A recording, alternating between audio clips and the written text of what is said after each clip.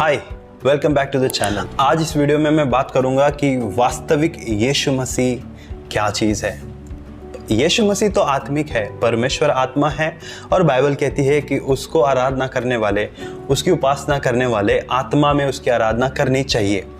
लेकिन मैं आज यहाँ पर वास्तविक यीशु मसीह को लेकर क्यों आया हूँ, वास्तविक यीशु से मेरा मतलब क्या है, मैं आपको बताना चाहता हूँ।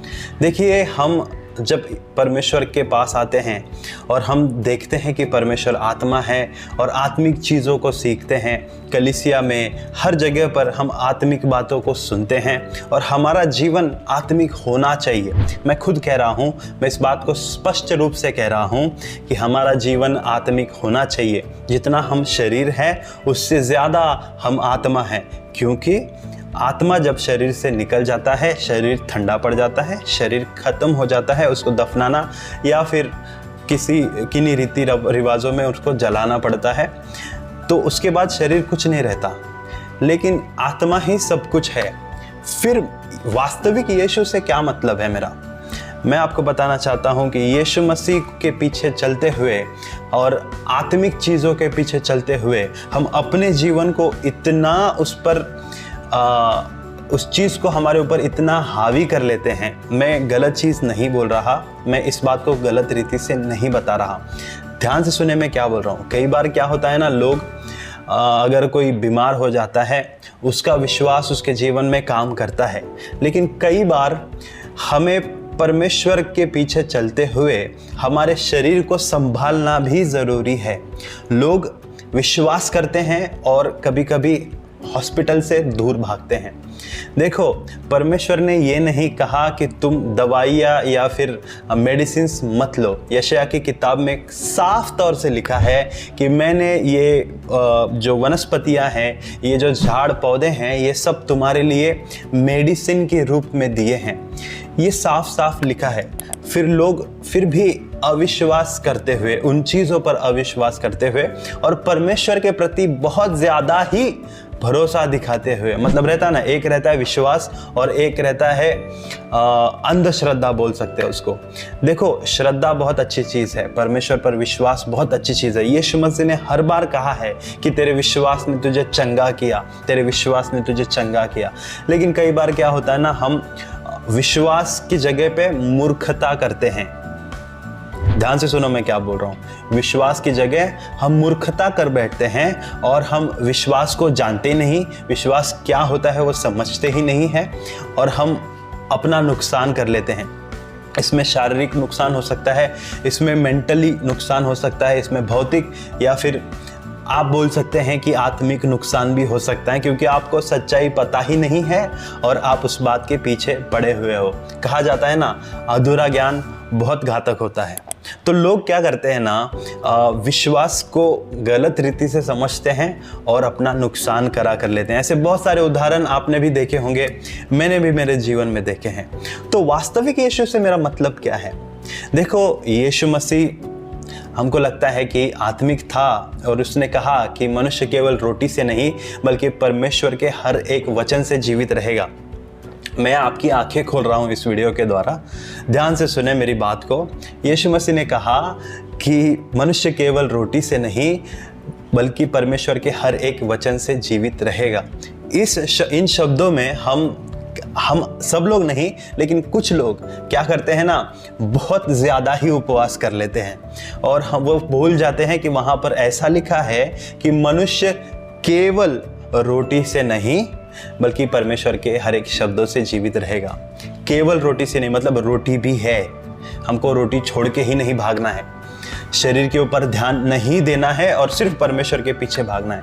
अगर ऐसा ही होता तो यीशु मसीह, अगर परमेश्वर इतना ही आत्मिक चीज़ों के ऊपर फोकस्ड है, अगर वो आत्मा में सब कुछ करने को राजी है और सब कुछ कर सकता है, तो यीशु मसीह को वो शरीर के रूप में या फिर शरीर धारण करके इस संसार में भेजने का कोई मतलब नहीं बनता था, क्योंकि हम शरीर में हैं और शरीर की समस्याओं को, शरीर की तकलीफ़ों को परमेश्वर समझता है और साथ ही साथ ये वास्तविक तकलीफ़ें हैं, ये आत्मिक तकलीफ़ें नहीं। जो चंगाई हमें मिलती है वो वास्तविक जीवन है, हमारा वास्तविक शरीर है, मॉर्टल बॉडीज, राइट। उन चीज़ों को चंगा करने के लिए परमेश्वर उसके पुत्र को शरीर के साथ इस संसार में भेजता है। अगर ऐसा नहीं होता और सिर्फ आत्मिक चीज़ें ही इम्पोर्टेंट होती, तो जब हमारा उद्धार होने वाला है, आत्मिक उद्धार होना चाहिए, तो मरने के बाद हम स्वर्ग में जाने से पहले आत्मा में परमेश्वर हमारा उद्धार कर सकता था। लेकिन बाइबल में लिखा है जब तक हम संसार में है, जब तक इस शरीर में प्राण है, तब तक ही उद्धार है, तब तक ही पापों की क्षमा। फिर ये शरीर कितना इम्पोर्टेंट है आप समझ सकते हो। इसलिए शरीर के ऊपर ध्यान देना बहुत ज़रूरी है, वास्तविक चीज़ों पर ध्यान देना बहुत ज़रूरी है।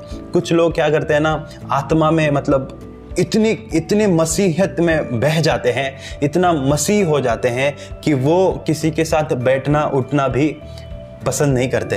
वो कहते हैं कि वो विधर्मी है, ये विधर्मी है, ये अन्य जाति है, ये बहुत सारी चीज़ें चलती है। मैं खुद अपनी आंखों से देखा हूँ, ये बहुत सारी चीज़ें चलती है। लेकिन मैं आपको बताना चाहता हूँ कि अगर ऐसा है तो फिर आप सुसमाचार किसको प्रचार करेंगे?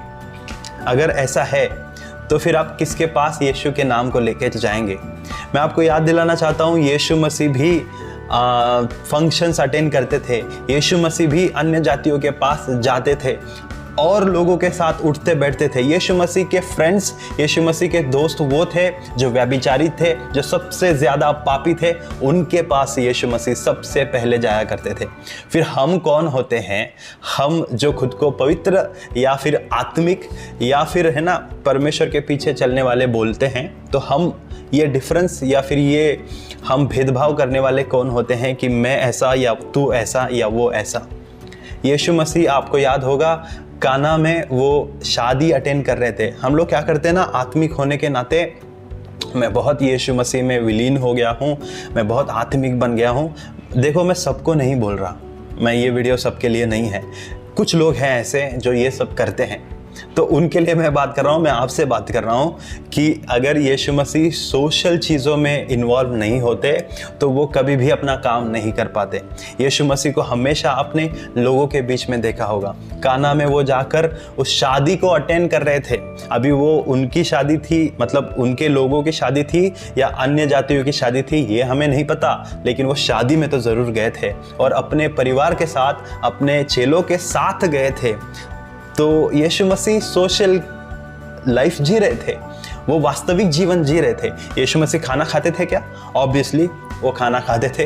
यीशु मसीह पानी पीते थे क्या? ऑब्वियसली वो पानी पीते थे, क्योंकि उनके पास शरीर था। ऐसा नहीं कि वो सिर्फ और सिर्फ आत्मिक जीवन जी रहे थे। 30 साल तक वो अपने घर की और अपने परिवार की सुरक्षा करते हुए, उनको संभालते हुए, अपने घर की देखभाल करते हुए उन्होंने बिताए। और बाइबल कहती है 30 साल के होने के बाद उन्होंने सेवकाई शुरू करी। उन्होंने अपनी जिम्मेदारियों को निभाया, अपने परिवार को संभाला, सारी सोशल रिस्पॉन्सिबिलिटीज़ को उन्होंने निभाया और उसके साथ वो आत्मिक रहे। तो मैं आपको बताना चाहता हूँ, इवन हमारी जो प्रेयर है, हे हमारे स्वर्गीय पिता, तेरा नाम पवित्र माना जाए, तेरा राज्य आए, जैसी तेरी इच्छा स्वर्ग में पूरी होती है वैसी तेरी इच्छा पृथ्वी पर पूरी हो। ऐसा लिखा है, ऐसा नहीं लिखा जैसे स्वर्ग में पूरी होती है वैसे ही स्वर्ग में ही पूरी होती रहे, ऐसा नहीं लिखा। देखिए, हम स्वर्ग में जाना चाहते हैं, हर कोई मरने के बाद स्वर्ग में जाना चाहते हैं, लेकिन परमेश्वर की इच्छा आपके जीवित रहते हुए क्या है, इस बात को आप समझे। आप जब तक यहाँ हैं तब तक आप परमेश्वर की बहुत अच्छे से सेवा कर सकते हैं। बहुत सारी चीज़ें, वास्तविक जीवन को जीते हुए आप आत्मिक जीवन जी सकते हैं। आपको ये बहुत ज़्यादा ज़रूरी है कि आप समझे। लोग खुद को पवित्र साबित करने या फिर खुद को आत्मिक साबित करने के लिए लोगों के सामने अपनी बेइज्जती करवा रहे हैं। मुझे ये एक्सप्लेन करने की ज़रूरत नहीं है। आप कलीसिया में, आपके कलीसिया में यदि आप देखें तो आपको समझ जाएगा कि कौन कितना बड़बड़ कर रहा है, कितना ज़ोर से चिल्ला रहा है और कौन किस रीति से प्रार्थना कर रहा है। इस चीज़ों को जब आप देखेंगे आपको समझ जाएगा। तो आप इन सारी मैं कहूँगा कि इन गलत धारणाओं से, इन गलत टीचिंग से, इन गलत एक्टिविटीज़ से आप दूर रहें और खुद को, अपने जीवन को संभालते हुए, अपने घर परिवार, अपने सोशल, अपने सराउंडिंग को संभालते हुए, सबकी इज्जत करते हुए, सबके साथ चलते हुए आप आत्मिक जीवन को जिए। आशा करता हूँ कि वास्तविक यीशु आपको समझ में आया होगा। ऐसी बाइबल के विषय में वीडियोस के लिए मेरे इस चैनल को सब्सक्राइब करें। God bless you.